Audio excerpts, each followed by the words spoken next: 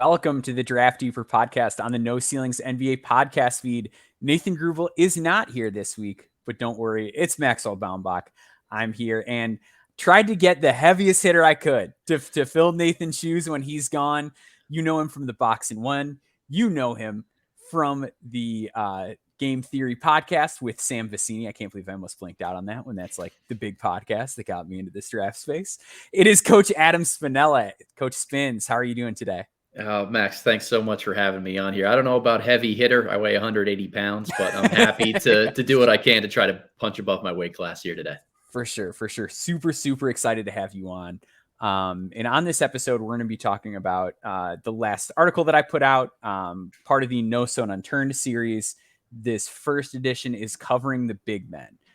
So this series, if you're unfamiliar with it, started it last year, doing it again this year. And the premise is taking a look at players that are largely outside of the mainstream draft conversation. So we're talking people that are not on early mock drafts, not in early top 100s, and just generally don't get a lot of love or attention. But are guys that I see as having NBA potential at various levels, whether it's a guy that, like, this guy might get a cup of coffee, or this guy could be there in a few years, or I think this guy's draftable right now. It's kind of a fun range. And the big man group was really interesting this year. And Adam, I know that there were a couple guys in this group in particular that you wanted to talk about. I kind of ran the list by you early this year. Right. And there were a couple guys that stood out to you. So, well, and Max, before we go into that stuff, I just want to give you all of the flowers that you deserve for starting this series and the work that goes into it, because it's incredibly helpful, and to see the depth that you go to get to know each prospect and player, whether it's watching film, interviewing coaches or people that are around them. You really get to very cleanly and very early on figure out who these guys are. And it's such a service to the draft community as a whole. But I admire the work that you have done on this No Stone Unturned series last year, and was thrilled to see it come back this summer. Yeah, thank you. I'm really excited as well. And I really appreciate those kind words. It's my favorite thing to do. Just because I think it's one, like, really fun to just like get to shine a light on guys. Yeah. And most of the guys in the series are generally really appreciative of it a lot of the time. But yeah, to your point, like, I love getting to talk to anybody. And this year, because I started a little bit earlier, securing interviews has been a little bit harder just because teams aren't together. Teams are traveling. Like, logistically, it's been a little bit more difficult. And like, there's a player I'm covering in my next article where we weren't able to work out an interview for this one, but he has a teammate that I'm covering later in the series. So we are going to get one with him. But just getting to pick the brains of prospects, and you kind of get a feel for, like, do they know what they need to work on? What do they care about? What do they think they do best? And then the same thing with hearing it from a coach. Like, you can learn a lot from how a coach speaks about a player too. So definitely one of my favorite elements of this series. And I'm hoping that kind of continues to pick up steam, but definitely got an interview. And in this article that we're going to talk about today, got an interview for the one that's coming out next week. I'm gonna leak the names at the end, so we'll get an early list on part one of the wings here at the end. So, all right. But without further ado, let's get into this year's group. So my top rated prospect out of this group was Amari Williams from Drexel. The second stone, as I call him, is he's the only guy I included again who was in the series last year, because I included him last year. I was like, oh, it's an interesting multi-year guy, and now I think he's going to be ready after this year. So.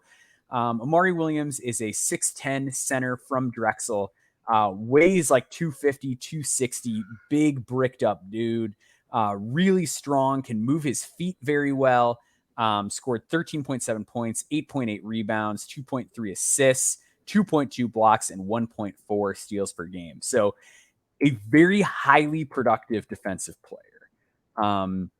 Two-time CAA Defensive Player of the Year at this point.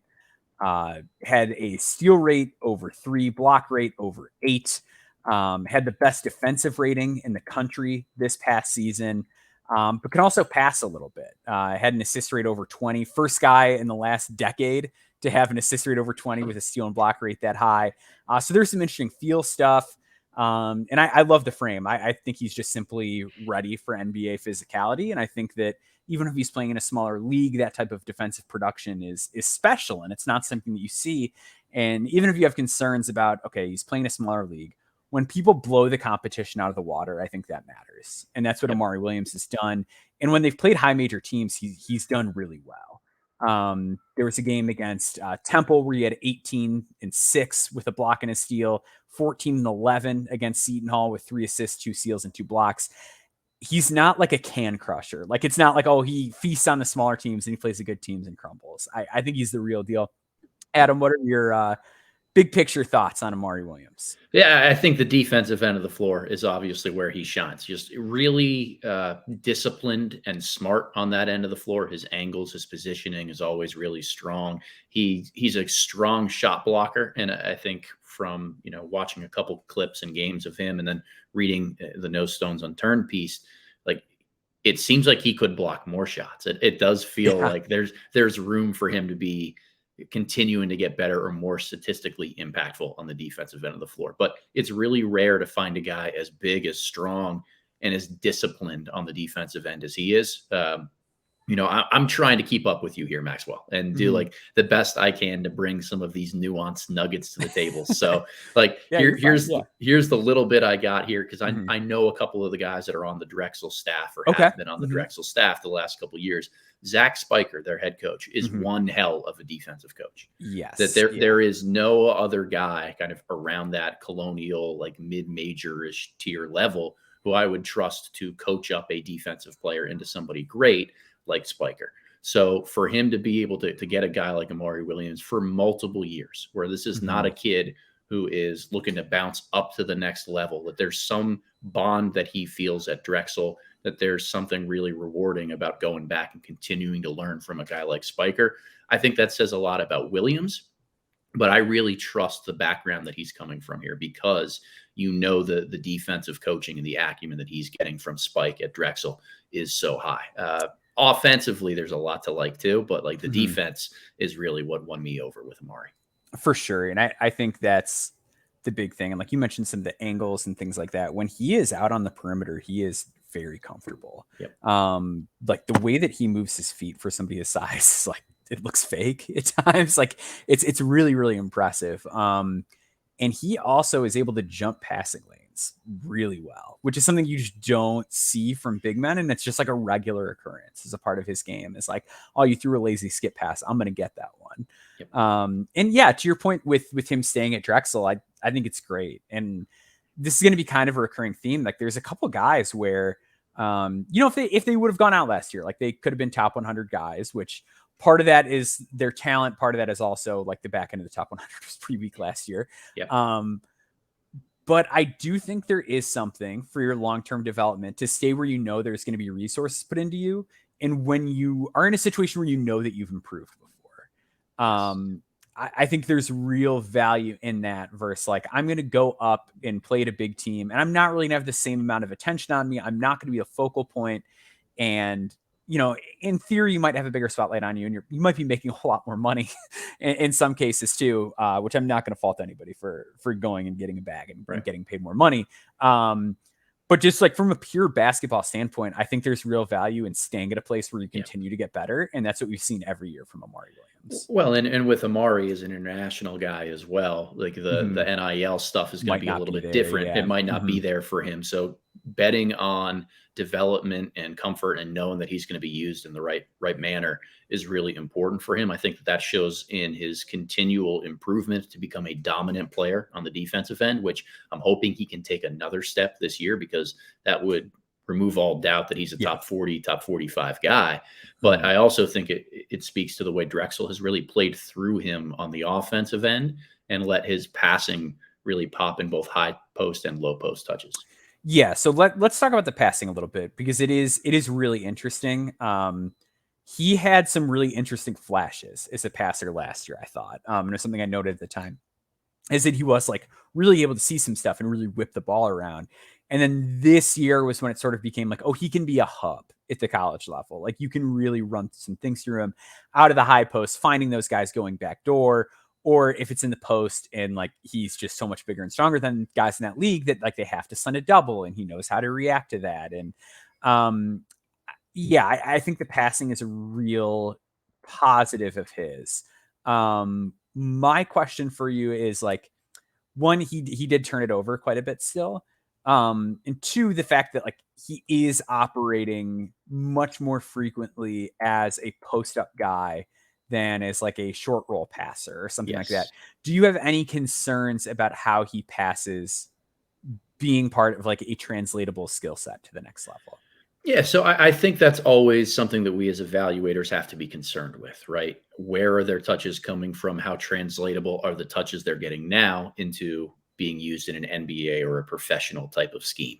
What I've always started to really default back to the last year or two is that feel and high processing ability are very translatable. You can put guys in different situations and they'll make those reads. I think Amari is a pretty quick processor of the game. Maybe not the quickest in terms of big men that we've seen. Like I think of Travion Williams at Purdue as being the smartest, fastest guy, where I know his passing and playmaking is going to translate in so many different avenues or roles. But what I'm always really intrigued with in watching Amari Williams play is the accuracy of many of his passes, that he throws them on time and on target. He threads needles to backdoor cutters. He's able to hit guys in their shooting pocket time and time again.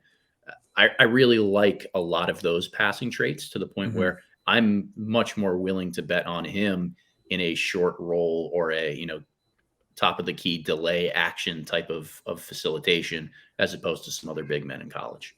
For sure. And I think that's fair. And I think a lot of times too, I think we have to remind ourselves that just because we don't see a guy doing something as often doesn't mean they can't do it.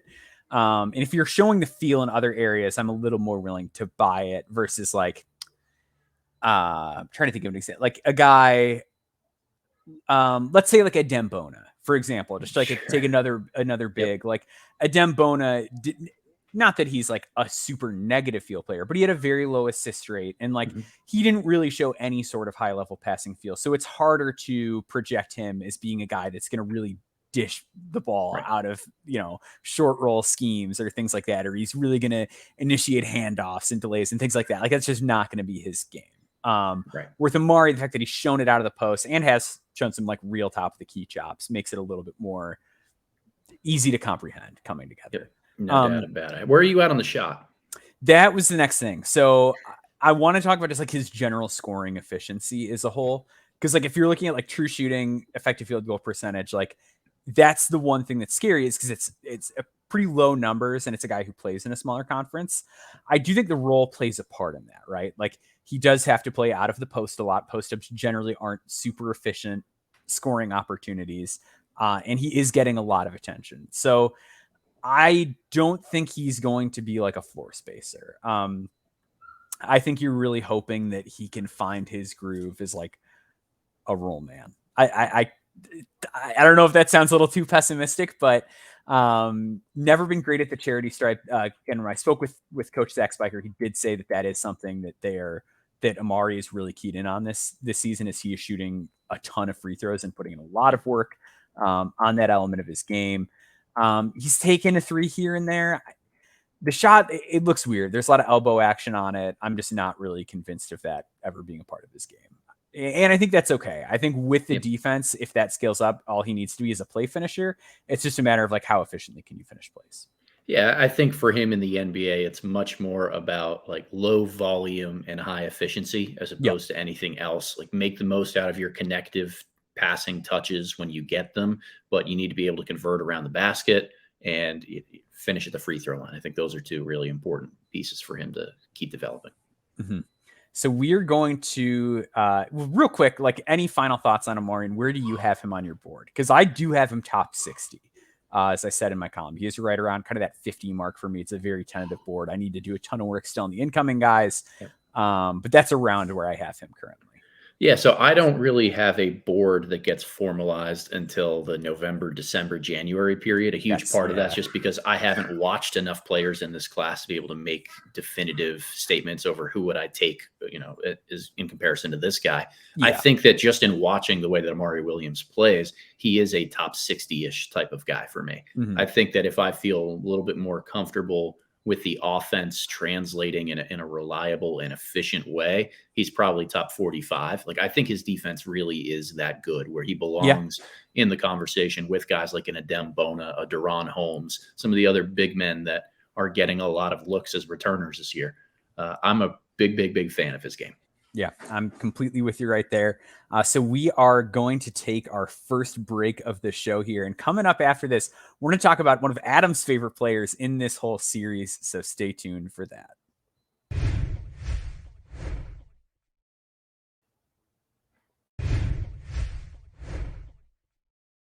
All right. So up next, we are going to talk about a player that I basically was like publicly telling people was going to be in the series by the time I rolled around, because I caught a couple of his games and I was like, I love this man. He is Aziz Bandaogo. He had played at Utah Valley last season. He is 7 feet tall, pretty skinny. He's going to be transferring to Cincinnati this year. We're going to touch on that in a minute. But this past season, he averaged a double-double, 11.5 points per game, 10.4 rebounds per game, 1.2 assists to 1.6 turnovers, nearly 3 blocks per game, 2.9 blocks and 0.5 steals. Very efficient as a finisher, 60% from the field.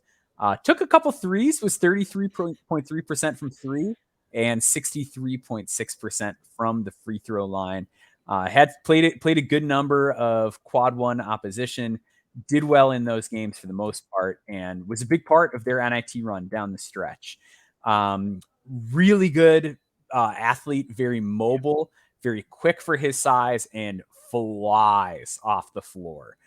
So we're talking rim protection, we are talking lob catching and finishing, and we're talking a little bit of mobility on the perimeter, being able to switch out into guys, and tremendous recovery when he does get beat in those situations, because he is so long and so fast. He's never really out of the picture, and his motor's really high. So he's not a guy that is, always super athletic, but like sometimes he just doesn't show up. This guy doesn't take a play off. It's all energy all the time. Aziz is a guy that you've been high on for some time, Adam. So I'll kind of give you the floor. What do you see in Aziz Bandaogo? So with Aziz and any other big man for the NBA, I keep looking for scheme versatility on the defensive end of the floor. That is the box that I want to check. I think the NBA is trending simultaneously towards like more size with skill combinations and guards who are unbelievable at picking apart drop coverage. And those two things mean you probably need to be able to switch or at least show and recover a little bit more on ball screens, which challenges this typical 7-foot big man who doesn't move their feet well on the perimeter. So for a guy like Aziz, the way that he moves his feet in space, he can switch in some regards. He's pretty impactful if he has to show on the perimeter, and he's got that pogo stick-like impact as a rim protector. I think he checks so many boxes for where the modern NBA is heading.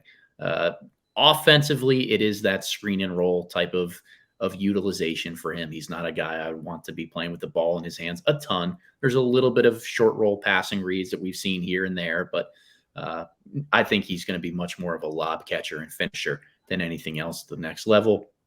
I mean, he did shoot 33% from three on like the lowest of volumes that you could find, but he was essentially dared to take those shots. Yeah. And he took an hour and a half to get him up. Like, he'd start his release with 25 on the shot clock and the ball releases from his hands with 13 on the shot clock. Like, it just takes forever.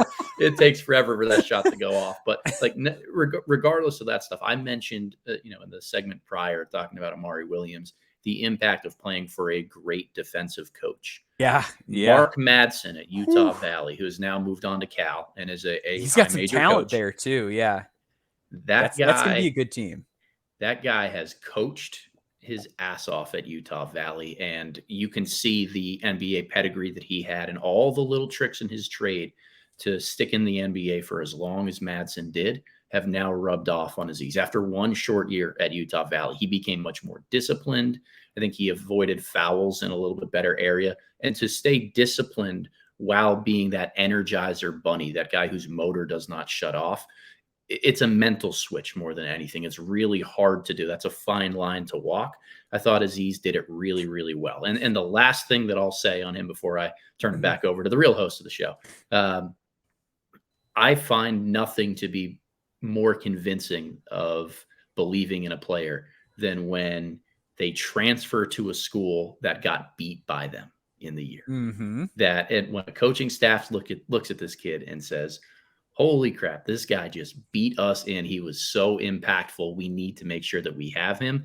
That's kind of what happened here at Cincinnati. They faced off in the NIT. Utah Valley beat them 15 points, 12 rebounds, 4 blocks in that game. I thought he was everywhere on the defensive end, particularly early, and then closed it out in a fashion that did not let Cincinnati come back into that game. That was one that I watched, and I remember saying, I have been won over by Aziz Bandaogo. I see Cincinnati is now that he's heading there. He's awesome. He's really fun. Yeah, it was one of those games where I was tuning into it primarily to watch Landers Nolly. And I'd seen Bandaogo a few times prior to that. And he was the guy that I was starting to become enamored with, like throughout the NIT and a little bit before that. But yeah, it was just one of those games where you can't take your eye off him when he's on the court, especially in a game like that where it's like the next best prospect on the floor is like a two-way kind of guy in Landers Nolly. And Aziz, he's just everywhere, man. Like he is able to cover ground and get to so many shots and things you just don't expect him to. I talked about him on an island earlier. He was a stat I just pulled up from notes here. Opponents were 4 for 25 against him on isolation possession. Yeah. Yep. So you like have him one-on-one, like you cannot do anything. So like you're talking about like that scheme versatility. And it's like, yeah, that's the guy who's going to be fine when he switched down. He reminds me of Rob Williams for the Celtics in that regard, where like he's much more of a rim protector, shot blocker. But like if you have to put him guarding the corner so that he can be that rotation guy, and a team tries to exploit him off the bounce, he's going to be okay. If you have to switch on ball screens, he's going to be okay. I really like the defensive upside. For sure. Yeah, I do too. One thing I do want to touch on, because it is something that I noted as a concern, is his weight, where he's 225. He's really thin, can get bumped around a little bit. Do you have concerns about that at the NBA level at all? Or is that something that you're like, he's going to fill out? He's young. I tend to always be the optimist. Okay. And whether that's just because I think people's bodies, and I've worked with guys at the age of 18 to 22 for so long that they look night and day different by the time they're seniors or they're on the other end of that thing. Aziz isn't on the younger end of that spectrum. So he's definitely got to be able to add weight a little bit sooner rather than later. I think he's slightly thin, but not enough to the point where I would be worried about him having a positive impact. Like his game is built off of mobility. Yeah, that's the other thing too. Is you're kind of threading a needle. It's like you don't want to get him bulky. Well, and how many bigs in the NBA are guys that are just going to take you down one-on-one on the post and try to outmuscle you? Like maybe there's 3 or 4 that you're going against in the league. Like obviously a guy like Embiid, maybe Valanciunas will do it on a good night, but there aren't too many guys who still play that type of style. So I'm not overwhelmingly worried about him being hunted in that regard. For sure. Yeah, I think that's completely fair. He got a little bit more comfortable as the year went on, as far as like running handoffs and making passes and things like that. Do you see that as being like a real upside area, or because like this is the first year he's had real offensive responsibilities? Like he started off as a freshman at Akron, plays 7 games his first year. Next year plays 33, but he's only playing 12 minutes a game. Has like a 1-to-4 assist to turnover ratio. And now like he looks like he's just like a fine decision maker, like not good, not horrible. Do you think that's like an upside area, or do you think like, probably not? Like that he's just going to be serviceable in that respect? I think serviceable is the better word. And for me, that comes down to the threshold continuing to rise as you get to higher levels of basketball. Yeah. Like what type of a playmaker and processor you have to be in order to command the basketball in your hands on one of the best 30 teams in the world. That's a really high bar to clear. I don't think that he's shown enough to get there yet. Like there is enough feel to say that if he touches it, it's probably not a disaster, but I don't think that you design stuff around him to be a playmaker. For sure. Yeah. I'm in a similar boat. Then kind of the elephant in the room, unfortunate part of the situation is the NCAA transfer rules. So Aziz is at Akron for 2 years. He does not have a very important role on the team. So he transfers to Utah Valley. The coach leaves. So understandably, he wants to go somewhere else. And now he has to get an eligibility waiver.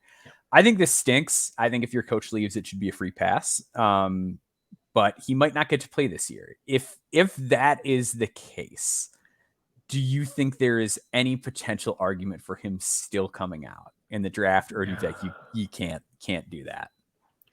I have no idea. I am not as Yeah. good at agents or people who kind of survey the landscape and get the feel for how to create the buzz that would be needed to offset missing a year. I think that it's possible in the right situation. Like, look, we just saw Memphis lose one of their big transfer commits into Folly Leonard, who is, trying to engage in pro basketball right now and forgo his college eligibility. I wouldn't be shocked if something like that maybe ended up being a Okay. potential Yeah. pathway for Yeah. Aziz, where he gets denied an NCAA waiver and says, you know what, I'm just going to go play and train for a year and know that the draft is where I'm aiming to go. That wouldn't shock me either. But Yeah. I'm not saying I have any information or intel on that. For sure. Like that's not an aggregation thing on here by any means. Please don't quote me. But I think that there are ways for him to be creative if the NBA is really his goal for the next step, or at least the step a year from now. Yeah. Yeah. That's actually very interesting. I hadn't considered that as a possibility, but I think it's something that should be on the table. But hopefully the NCAA just gives him the waiver. If he does, I do think he is going to make a real top 60 push. Are you in a similar boat? I very much am. I think that he could even make, if he plays, a top 30 push. I'm a really big fan of the defense. Late bloomer too, so it's not like, oh, he's a senior or whatever. It's like, yeah, but he just got good like that last year. Like this might be a case of a guy who's just on a different developmental trajectory than a lot. No doubt about it. And he's going to be playing in the Big 12. I think that's the other part of this conversation. Cincinnati is going into a brand new ball game in league where you're going against the best of the best. If you hold up in the Big 12, that carries a lot of weight for me. For sure. I agree completely. We're going to take one more break here. After that, we're going to run through the final three big men that I covered in this piece. We're going to talk about some of the upcoming guys in the next article, and we're going to do some plugs, talk about all of Adam's work that he's got going on. So stay right here with us.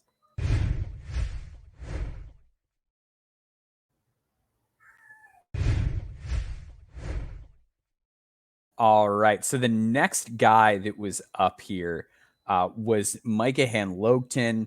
He was a kind of out of nowhere fun surprise last season. So he came out of South Carolina, son of a former NBA player, Ben Handlogten, who was with the Utah Jazz for a couple of years. He plays for this loaded Adidas circuit team alongside people like Julian Phillips, but doesn't really do a ton for them. Gets a lot of accolades in the state of South Carolina, but it's not Texas. You know what I mean? As far as it's what 7-footers do. Yeah. So gets a 3-star ranking, gets offers from Jacksonville, Youngstown State, Presbyterian, and American, and goes to Marshall, which is the biggest of those programs, which can be dangerous. You're playing with fire a little bit when you go to the biggest school on your list. And he just blows the doors off of everybody. Wins freshman of the year in the Sun Belt. Averages 7.6 points, almost 10 rebounds, 1.2 assists, 1.3 turnovers, 2.3 blocks, 1.3 steals. Defensively, very interesting. He is 7'1", is where he's listed. Very tall, very long, and like not a guy who looks like he's going to fall apart when he's moving around the court. Got some fluidity to him, looks natural and normal as a mover, which I know these are just like very basic words, but when you're getting to guys that are 7'1", most of them aren't. And that's why Mike Handlogten is a special prospect. Very, very sharp instincts defensively. Does a good job of protecting the rim, blocks a lot of shots there. Has some real craft as far as preventing entry passes, knowing when he can get into the penetrator's handle. Marshall was a 95th percentile defensive team last season. Part of that is having a great defensive coach. Part of it is having Mike Handlogten. Offensively showed really good touch. Had Adama Sanogo-esque numbers on his non-dunk finishes in the half court, 72.9% on such attempts. Good offensive rebounder, obviously uses his length to get into every single thing on a basketball court. Where are you at with Micah? Because he was somebody that a lot of people reached out to me about after I wrote the piece, as far as being a lot higher on him potentially, or being like, I'm in the exact same boat. It's going to take a while. Where are you kind of at with Micah at the moment? I am on the it's going to take a while side more than I am on the instant impact side. I don't know if I see him as a 2024 draft prospect. Obviously, there are a lot of strides that players can make from one year to the next. So I don't want to write him off in any type of regard. But in thinking about Marshall's defense last year, there were two things that really pop in my mind. One is they made a conference adjustment to the Sun Belt, which is typically a little bit smaller of a league, which means that when you're playing against smaller bodies around you and you have that much length, your rim protection and defensive numbers tend to stand out a little bit more. So that is just one thing that I want to see another year of sample size to really get a feel for. But the other part of that, Florida too. It's worth noting. I did not mention that at the top. So he did transfer up to Florida. So now we're talking SEC ball instead of Sun Belt. That's right. So I want to give this a year before I'm making any proclamations on Handlogten being in a real draft range. But the other thing that's interesting to me, and this is just that one small nugget that I hope I can bring to the table here. Marshall actually started two guys who are dominant shot blockers next to each other. And Obinna Anakili Killen was the other big man there. He's like 6'8", 6'9", but he's got really long arms and almost plays more like a rim protecting big. I thought the way that Marshall was able to construct their defense with two guys who averaged over a block per game really allowed them to always be a dominant defensive unit. So I don't necessarily look at Micah's team numbers from this past season at Marshall as proof of him being an unbelievably reliable rim protector. I think it has a lot to do with the league they played in, as well as the multiple players on that roster that could protect the rim at any given time and allow them to blanket each other while one was being exploited on the perimeter or sitting on the bench. For sure. And, even a guy like Tavion Kinsey, where it's not like a big time shot blocker, but he's an athlete who can rotate to the rim when need be. This was a really strong defensive team. Yeah, I mean they were sixth in the nation in shots blocked a game. Sixth. Yeah. So, I'm a big believer in what he is going to be defensively. I think one of those things, like we've said, you can look at the numbers on paper, but like it is really important to remember that context as far as like who he was playing.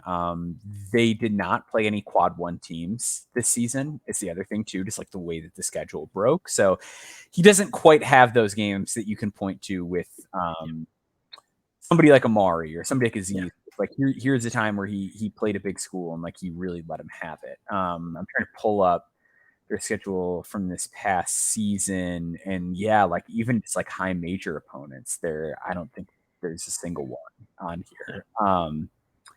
Very, very weak schedule. This past season. So it's a big question as far as translating and scaling up. I also don't think he's in the same category as far as Amari and Aziz in terms of moving his feet. I think they are much better athletes than him. I do want to put like the asterisk on this though, that like that was a miss for me and a lot of people in the draft space with Walker Kessler a couple years ago, where like that was not necessarily his game, was like defending in space, and it's kind of still not. But length does go a really, really long way as far as just making up for those sort of deficiencies. How do you feel about Handlogten guarding in space at the moment? I don't feel great about it. I don't think that he's the worst I've seen. I don't think he's the best I've seen in any regard, but there are a lack of the other outlier traits that I've seen to make me feel more comfortable. Like if you're not going to be great in space, I want you to be incredibly springy off the floor. Like he's a good shot blocker, but he's not the most explosive guy. No. He weighs 190, 195 pounds. Like he is the one guy who's very skinny and can get moved by low major bigs to the point where like one of those things has to give. You've got to get much more athletic, much quicker in space, or much stronger.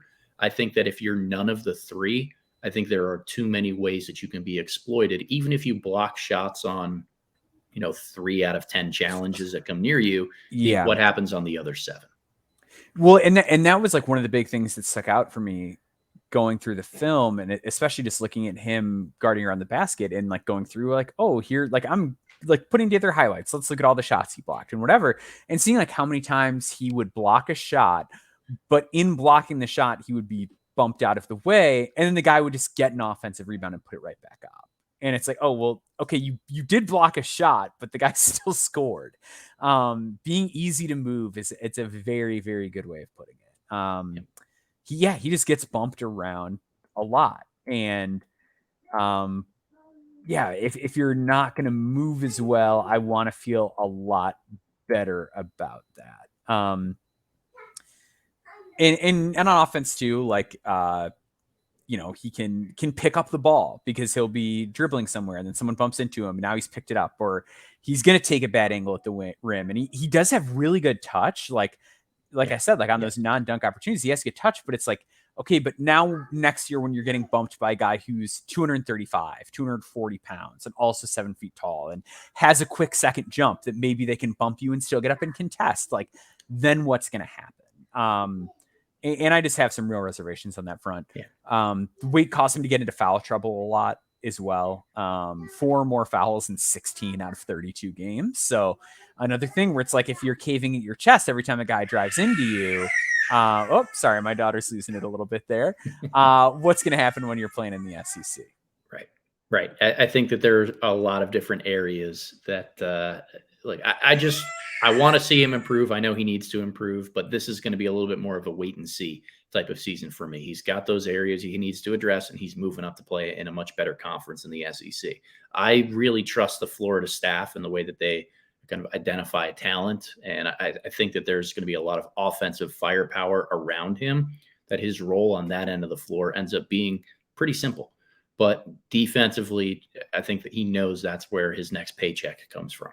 And he's got to get stronger. He's got to get a little bit quicker. He's got to avoid fouls in that regard. Those are some of the things I really want to see from him. For sure. Yeah. And I think it's doable. But like I said in the article, it's just a guy where I'd rather like have him on my radar now and just kind of see where it goes down the road. I do think he has some interesting feel as a passer. I do like his touch, even if like the free throw and shooting stuff isn't there yet. I think there's a possibility it gets there. And like, he's clearly really talented, really knows how to play defense. I think it's just a matter of time to wait on some of the physical things to come together for him. Yep. So we're going to kind of keep going down the list here. The next guy I had on here was Joel Soriano at St. John's. Soriano, one of those guys who's sort of like a known commodity to college fans, but just like never comes up in draft discussions. And I kind of think that should change. I think my hot take is I think he's like a more interesting pro prospect than guys like Sheboy and Timmy were last year. Which I get, like, there's certain things that like, he's not quite as productive as Oscar. He's not as polished or offensively skilled as Timmy, but I think he's better at a lot of NBA things than those guys. So Soriano averaged 15.2 points and 11.9 rebounds last season. Double-double machine, was second in the country behind Zach Edey in producing double-doubles. 1.4 blocks, 0.3 steals, 56% from the floor, 73% from the free throw line. Did not shoot any threes. Any quick thoughts from you on Soriano? Basically, the game right now is he is very good at cleaning up on the glass on both ends of the floor, gets a lot of putbacks, likes to swat at the ball. As I noted in the article, it's not like, oh, it's a putback dunk or it's a putback and I'm coming down with it. Very bizarre, like just bats the ball out of the air and makes it go in. Yeah, I look at guys who get a large percentage of their offense from, second chance points with a little bit of a skeptical eye, because I think in the college level, your ability to crash the glass with the blessing of your coach is much higher than what you get in the NBA. I think NBA teams over the last decade or so have really started to prioritize transition defense as their main priority, as opposed to crashing the glass for second chance points. And then I think, quite frankly, NBA players are just better at doing the little things of boxing out and making sure that you're not going to win that one-on-one battle with your man. That's not to say that he can't still have a profound impact on the offensive glass, but he's not going to do what he did against Georgetown last year, which was 11 offensive rebounds in a single game. So I like a lot of the motor and instinct stuff that he has, but I am always a little bit skeptical of those guys who get such a large portion of their offense from the offensive glass. Yeah, I'm of two minds about it. I think to one point, like, I think everything you said is totally fair. I think my kind of counter to it is that if you have enough ancillary skills, it can be a productive way to just exist on the floor as a low maintenance player. Yep. And when I'm talking about Soriano, like, this is the guy where I noted he's like probably like a top 100 guy. Like he's not somebody where I'm saying like, oh yeah, he's gonna like carve out a significant NBA role or be an NBA starter or anything like that. With him, I think he's the guy that just like has a chance to get a foot in the door, and a big part of that is I think Soriano might shoot threes. And this is kind of my hot take from the article is that he last year per synergy took quite a large number of catch and shoot jump shots. Bartorvik had him at 145 shots classified as far twos. And Synergy had him at 44.7% on catch and shoot jump shots. And they were all twos. And he takes a lot of these where it's, he's, going to set a screen and someone gives him the ball at the top of the key and he takes a jump shot and it goes in. And he's a good free throw shooter. And Pitino has said that he's encouraging him this year to take a step back and shoot a couple threes. And I think he's capable of it. I think the shot looks great, consistently good free throw shooter. I'm kind of buying in that that's something he's going to be able to do now and then. I like that. Yeah, because, mid-range proficiency, I think is a fairly strong indicator of being able to stretch your range. We'll see if he can do it consistently, but it is a decent indicator in that regard. He ran some pick and pops last year too, not too many, but even though he's not taking those from three, like that is an action that with a really modern coach and a guy like Rick Pitino who can come in and run some good stuff for him in that regard, really get the most out of. I'm just super excited for the St. John's team this year because they're going to have a lot of really intriguing and sneaking prospects that I actually like quite a bit. I want to see how it all comes together. And Soriano being kind of the guy on the interior who does a lot of the dirty work, strong defender, but a really good rebounder, anchoring things. He could have a really good year. Yeah. So some of my concerns with him, he doesn't block a lot of shots. Like he protects the rim in the traditional sense. Like guys shoot a poor percentage at the basket against him, but not very fast off the floor, not a big time leaper. Better in space than I expected him to be going into the exercise, but like kind of slow with his hands. Like I'm not sure that's what I want him doing at the next level, but he's not going to get killed in space. Okay, pick and roll defender. I just have a hard time with big men where I'm like, oh, you're not like great defensively in college. Like I just kind of want to see that level. And I didn't get that from Soriano last year. Yeah. 2.3 stocks, steals and blocks per 40 minutes. Which is a really low number for a big man. You like to see that in the like 3.5 to 4 range at the minimum. So for him to be at 2.3 is a little bit concerning. Like, again, I think he is a good positively impactful defender, but you want to project that moving forward in different ways. I don't really know if I feel like I'm there yet. Yeah, that's my big hang up with him. And he's also going to be 24.5 on draft night. So it's like, probably not hearing your name called. Like think about how good Serge Abari Rice was last season. Yeah. You know what I mean? Like that dude was phenomenal. And yeah. So you have to be when you're 5 years older than Jason Tatum. Yeah, you do. He's still 19 and a young 19 too. He is. So up next, last guy in the series, Victor Locken from Cincinnati. A guy who could be in a great position if Aziz doesn't get to that eligibility waiver. He is 6'11", 11.6 points, 7.1 rebounds last year. The big thing with him is the defense. Yeah. 1.4 blocks, 1.2 steals. Very long, very much knows how to defend. Phenomenal at tracking the ball, whether that is for a steal or a block. The way I say it is he's like a shark smelling blood in the water. Like whenever guys make a mistake, whether it's like, oh, I picked up the ball and I shouldn't have, or, I'm going to go up with this look and it's not the cleanest. Like he knows like now is my chance to rotate over and swat that.